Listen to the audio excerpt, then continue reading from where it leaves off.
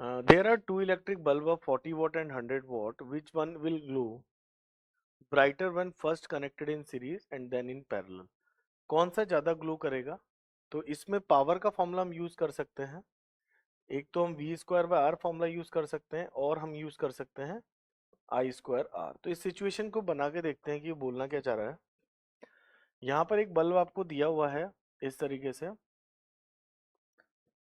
इन bulb को जिसमें से एक 40 वॉट का है और एक 100 वॉट का है, इसको कनेक्ट किया है किसी मान लेते हैं सोर्स V से।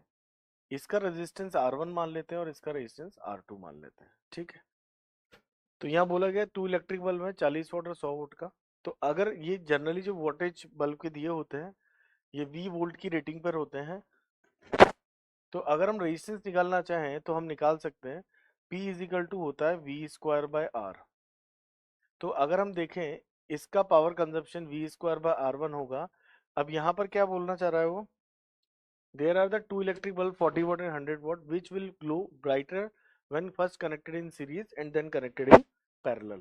तो ये जो सेम वोल्टेज के बल्ब 40 और 100 वोल्ट का बल्ब है, अगर इसकी वोल्टेज रेटिंग VV है, तो अगर हम देखें इसकी पावर P1 मान लेते हैं जो कि 40 दी हुई है। कितनी दी हुई है? तो लिख सकते हैं 40 is equal to V square by पहले वाले का रेजिस्टेंस R1, ऐसे ही 100 is equal to V square by दूसरे वाले का रेजिस्टेंस R2। तो R1 को लिख सकते हैं V स्क्वायर बाय 40, ऐसे ही R2 को लिख सकते हैं V स्क्वायर बाय 100। अब क्योंकि सीरीज कंडीशन में करंट सेम होता है तो पावर कैसे निकालेंगे? Power can be written as I square R, यही फॉर्मूला यूज करेंगे। करंट दोनों में सेम है तो जिसका रेजिस्टेंस ज्यादा होगा वो ज्यादा पावर प्रोड्यूस कर रहा होगा। तो देखिए करंट्स आर सेम, तो सीरीज में क्या होगा, in series I is same, क्या है? So the higher resistor bulb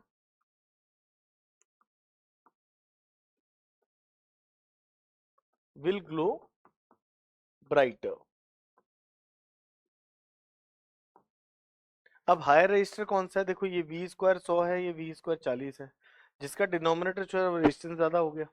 तो इसका मतलब बोल सकते हैं 40 वॉट का बल्ब सीरीज कंडीशन में ज्यादा ब्राइट होगा। अब सेकंड सिचुएशन देखिए, ये 40 वॉट का बल्ब, ये फिर से 100 वॉट का बल्ब। अब जोड़ा गया है इससे फिर से V वोल्ट के सोर्स से।